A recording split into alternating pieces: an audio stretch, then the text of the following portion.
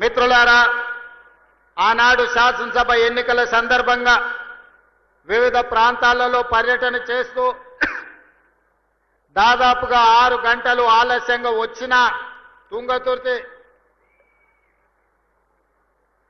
ఆనాడు బహిరంగ సభలో లైట్లు లేకపోయినా చీకట్లు ముసురుకున్నా మీరే మీ సెల్ ఫోన్లతో లైట్లు పెట్టి ఆనాడు పెద్ద ఎత్తున వేలాది మంది కాంగ్రెస్ పార్టీ కార్యకర్తలు తరలి వచ్చి తప్పకుండా తుంగతుర్తి శాసనసభ నియోజకవర్గ గడ్డ మీద కాంగ్రెస్ జెండా ఎగరేస్తామని అండగా నిలబడి ఆనాటి తర్వాత మళ్ళీ ఈనాడు కూడా అదే ఉత్సాహంతో ఊపుతో మీరందరూ కూడా నన్ను కలవడానికి అభినందించడానికి విచ్చేసినందుకు మీకు అందరికీ మనస్ఫూర్తిగా ధన్యవాదాలు.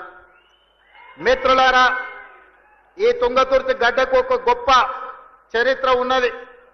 ఇంతకుముందే చెప్పిండ్రు, భీమిరెడ్డి నరసింహారెడ్డి గారి నుంచి మొదలు పెడితే ఈ నల్గొండ జిల్లాలో సాయుధ రైతాంగ పోరాటానికి ఊపిరిలూది ఆనాడు ఇది నల్లగొండ అని ఈనాడు ఇది నల్లగొండ అంటే ఆనాడు ఇది నల్లగొండ కాదు ఎర్రగొండ అని చెప్పి ఈ ప్రాంతం నుంచి ఉద్యమానికి ఊపిరిలూది భూమి కోసం, భుక్తి కోసం, విముక్తి కోసం సాయుధ రైతాంగ పోరాటాన్ని నిర్మించి నిజాము నవాబుల నుంచి, రజాకర్ల నుంచి విముక్తి కలిగించిన గడ్డ ఏది అంటే అది నల్లగొండ గడ్డ, తుంగతుర్తి ప్రాంతం అని చెప్పి ఈరోజు మనం చెప్పుకోక తప్పదు.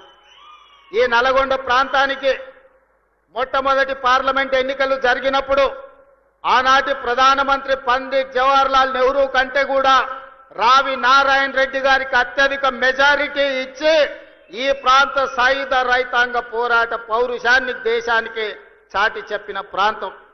ఈ ప్రాంతంలో ఒక ధర్మభిక్షం కావచ్చు, ఒక దొడ్డి కొమరయ్య కావచ్చు, ఆరుట్ల కమలాదేవి కావచ్చు, మల్లు స్వరాజ్యం కావచ్చు, సాయుధ రైతాంగ పోరాటంలో నిలబడి పేదల కోసం అసూల బాసిన వాళ్ళు ఎంతో మంది నల్గొండ జిల్లా నుంచి ఉన్నారు.